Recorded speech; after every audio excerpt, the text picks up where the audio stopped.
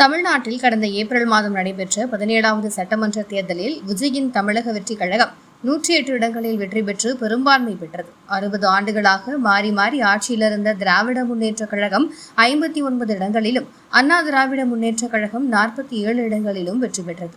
ஆட்சி அமைக்க அறுதி பெரும்பான்மை கிடைக்காத நிலையில் காங்கிரஸ், இடதுசாரிகள், விடுதலை சிறுத்தைகள் ஆகிய கட்சிகளின் ஆதரவுடன் தாவேக ஆட்சி அமைத்தது. மே 19ஆம் தேதி தமிழ்நாட்டின் முதலமைச்சராக விஜய் பொறுப்பேற்றார்.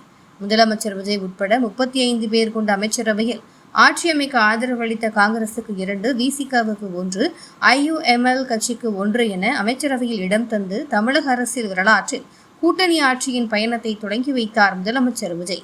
இந்த நிலையில் தாவேக அரசின் முதல் சட்டமன்ற கூட்டத்தொடர் நாளை தொடங்க உள்ளது. ஆளுநர் உரையுடன் தொடங்கும் கூட்டத்தொடரில் 2026-2027 நிதியாண்டுக்கான முழுமையான பட்ஜெட் தாக்கல் செய்யப்பட உள்ளது.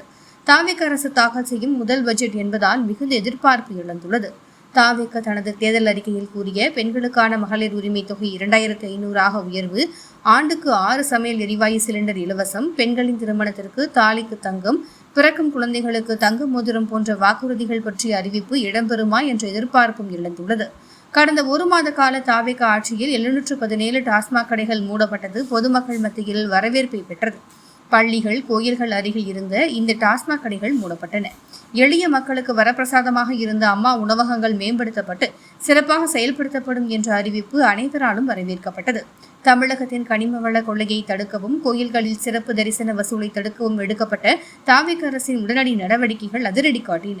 மின்சாரத்துறையில் மேற்கொள்ளப்பட்ட சீரமைப்பு நடவடிக்கைகளும் வரவேற்பை பெற்றன.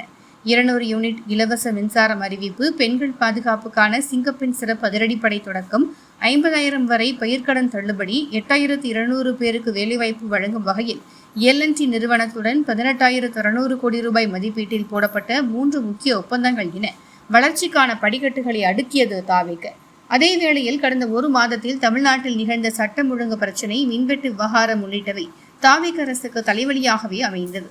கோவை மற்றும் கும்மிடிப்பூண்டியில் சிறுமிகள் பாலியல் வன்கொடுமைக்கு ஆளாக்கப்பட்டு உயிரிழந்த சம்பவங்கள், பெண்களுக்கு நிகழ்ந்த பாலியல் சீண்டல்கள், அதுவும் தாவேக பிரமுகர்களால் நிகழ்ந்த சம்பவங்களை முன்வைத்து எதிர்க்கட்சிகள் தொடுத்த விமர்சனங்கள் தாவேக அரசுக்கு பெரும் சவாலாக அமைந்தது.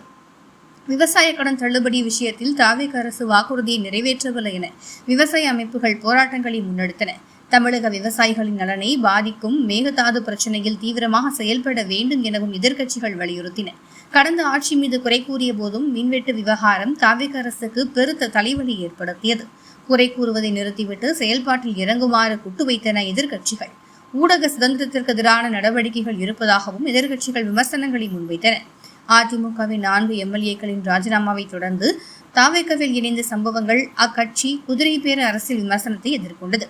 சினிமா புகழ் மூலம் வாக்குகளை பெற்ற கட்சி, நிர்வாக அனுபவமின்மை, கூட்டணி சிக்கல்கள், பாலியல் வன்கொடுமை சம்பவங்கள் என தாவேக அரசு சவால்களை சந்தித்த போதும் உடனடி மக்கள் நலத்திட்டங்கள், முதலீட்டு முயற்சிகள், மத்திய அரசுடன் தொடர்பு ஆகியவை நம்பிக்கை ஏற்படுத்தின. இந்த நிலையில் பரபரப்பான சூழலில் தாவேக அரசின் நாளைய முதல் சட்டமன்ற கூட்டத்தொடரில் எதிர்க்கட்சிகளை சமாளித்து வளர்ச்சிக்கான வாக்குறுதிகளை நிறைவேற்றும் செயல்களில் தாவேக தீவிரம் காட்டுமா என்ற எதிர்பார்ப்பு எழுந்துள்ளது.